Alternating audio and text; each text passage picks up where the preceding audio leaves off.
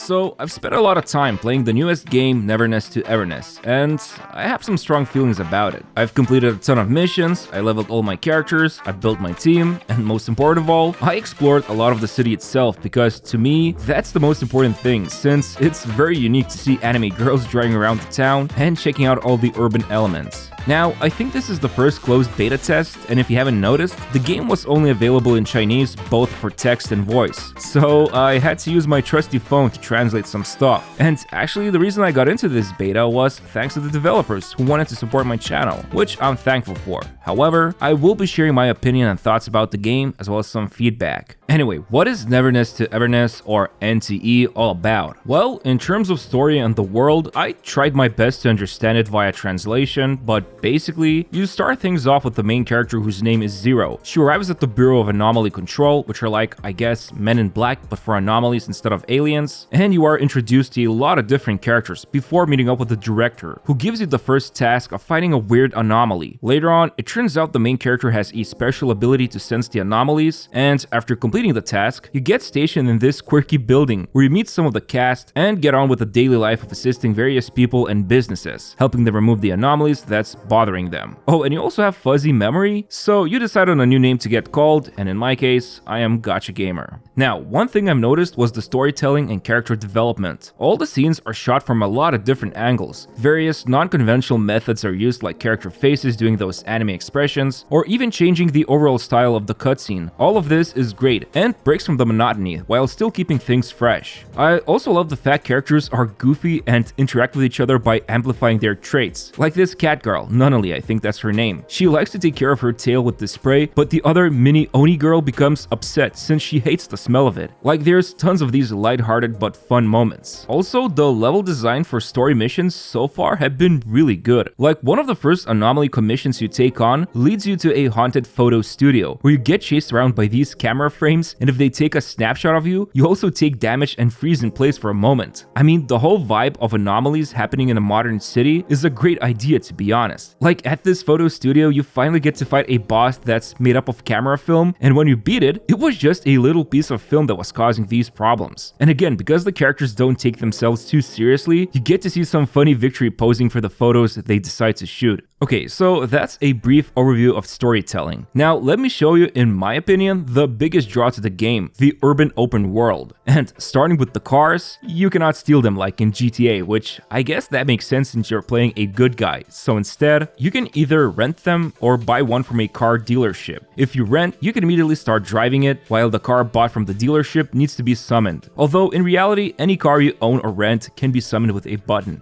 Anyway, the driving actually feels nice, although it's still closed beta, so there's definitely some bugs and funny encounters you can run into, but overall, all cars so far I tried out felt different. And I don't know about you, but I just love sometimes to drive around aimlessly in the sunset. Also, as you can see, you can easily beat up the cars from reckless driving. You can smash into a lot of objects and cause some havoc. That's literally the first thing I did. I just wanted to test the limits. But what's more interesting is that some cars, like this fastest one, become quite slower when they're beat up. They don't explode, but some can become less efficient. Also, with the 3 different car models I tried out, this one had medium speed but sucked at sharp turns. The Jeep, or whatever it is, I'm not a car person, this one had great durability and even beat up could drive consistently. And then this fastest one would spin out of control if you're not careful enough. By the way, you can just go to a tuning shop and repair the cars and even pick a different color, all for a small price of currency you can easily obtain in the game. And I believe in the future, you can also do some tuning with different car parts. But yeah, driving in the city is pretty crazy. We've come pretty far in the gacha market. I mean, just look at those beautiful graphics during rainy day, since the game is using Unreal Engine 5 with various technologies, so it all looks stunning while cruising around. Still, besides getting from point A to B, I didn't find any vehicle activities to do, although I think stuff like racing and more will come in the future, so I am looking forward to that. Also, there's a train you can ride around by getting inside, so public transportation for the win, although not so much winning if you ride on top of the train and crash into a tunnel's wall. Now, besides transportation, What can you actually do in the city? Well, since we're living in the age of consumerism, there's tons and tons of shops and markets you can visit and buy stuff. I'm not kidding you, I think I visited like 15 places and there's still more to find. From ramen to fish to burger joints to furniture dealers to even real estate agents. That's right, you can even buy yourself a nice apartment and decorate it with a lot of modern stuff like sofas, queen-sized beds, and so on. Heck, you can even run some businesses like this coffee shop, assign some characters, create beverages or dishes, and earn some income passively. Overall, you can buy a lot of little distractions in this game, and the density of shops is quite distracting, so you will often end up in some place just checking out some goods. By the way, one impressive technology at play here is the seamless loading from indoors to outside. Granted, I think right now it still needs some optimizing since I heard from others too, there's a small frame rate drop when leaving and entering places. But it's still a cool feat here, especially when we'll talk about encountering anomalies in a moment.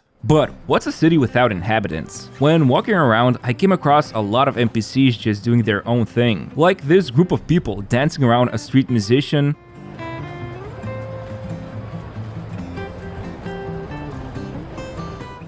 or if you go to a local academy, you can see a bunch of students doing stretches, running laps, and so on. Or if it's raining, you can see some people walking with umbrellas, while some hastily run covering their heads from getting wet. Like, part of the fun was just to see what people are doing in the city, and it definitely made it feel alive. Still, let's not forget this is a world where anomalies happen, and if you encounter them while exploring, man, they are really cool. Usually the perspective will change in some trippy way, like here world went upside down, and now I'm fighting these creepy dudes with umbrellas, and if I beat them, I am rewarded with a chest. Or if I talk to this random entity of boxing gloves, a literal ring rises up from the ground, and I have to knock it out quickly. If I defeat it, I even get a unique weapon disc I can equip on characters. And probably my favorite part was when I was driving around, and this ghostly motorcycle enemy appeared, so I chased it down and then got into this epic fight, again gaining the disc weapon afterwards. Now, to be clear, you can either run into these anomalies by just exploring, or you can use this anomaly activity locator to find them. So these are like exploration tasks you can do for extra rewards, which is nice if you don't want to blindly look for them.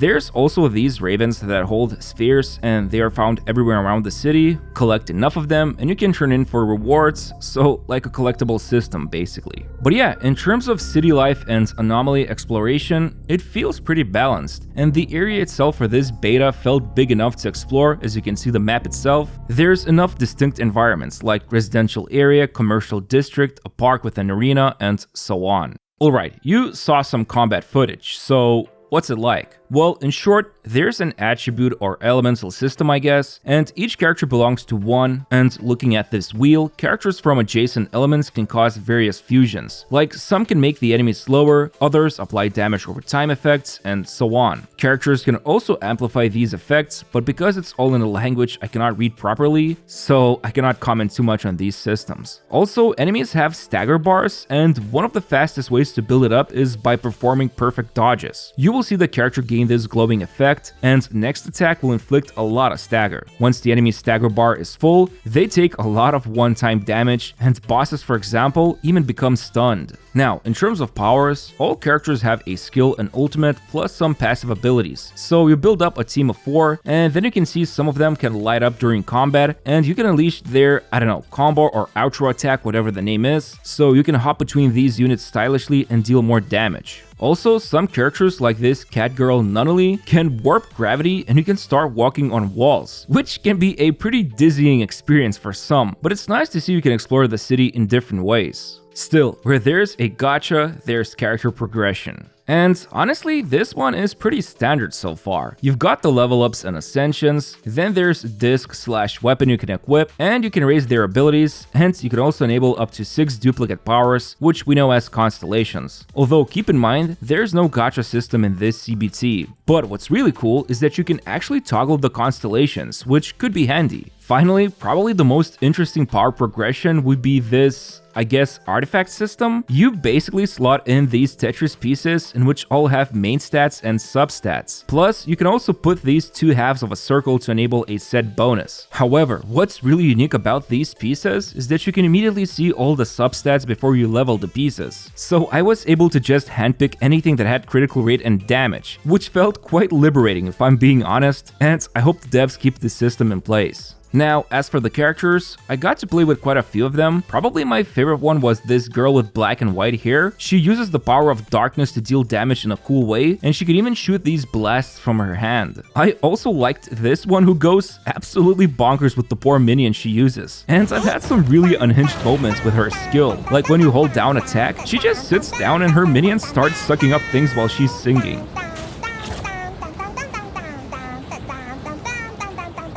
Anyway, probably the last thing I want to mention would be the daily loot. It's quite standard so far. You got some stamina to spend for materials and account experience points, so things like ascension mats or boss items can be farmed with the stamina, and there's also a weekly boss you can fight for better loot up to 3 times per week. And of course, you better make sure to do those daily tasks, cause they award a lot of account experience. But yeah, these are my first impressions with NTE so far, and in my opinion, right now, I really enjoyed city exploration, and I especially like the theme of anomalies. They fit in perfectly into this world, and those trippy areas I visited, I always found something amusing about them. Now, as for my feedback, so far, I think the biggest one would be the optimization for stuff like frame rate drops, and also I would like to see more activities for vehicles and some more activities in general, since once you run out of one-time anomaly encounters, there's not much to do. But I think the biggest highlight for me would be the anomalies, and I hope to see the devs continue innovating with the ways you can experience them, because this and the city itself was what made me excited to try the game again whenever the next testing round comes along. Anyway, thanks for watching the video, and as always, I'd really appreciate it if you could press the like button and subscribe to my channel. Thanks, and see you next time.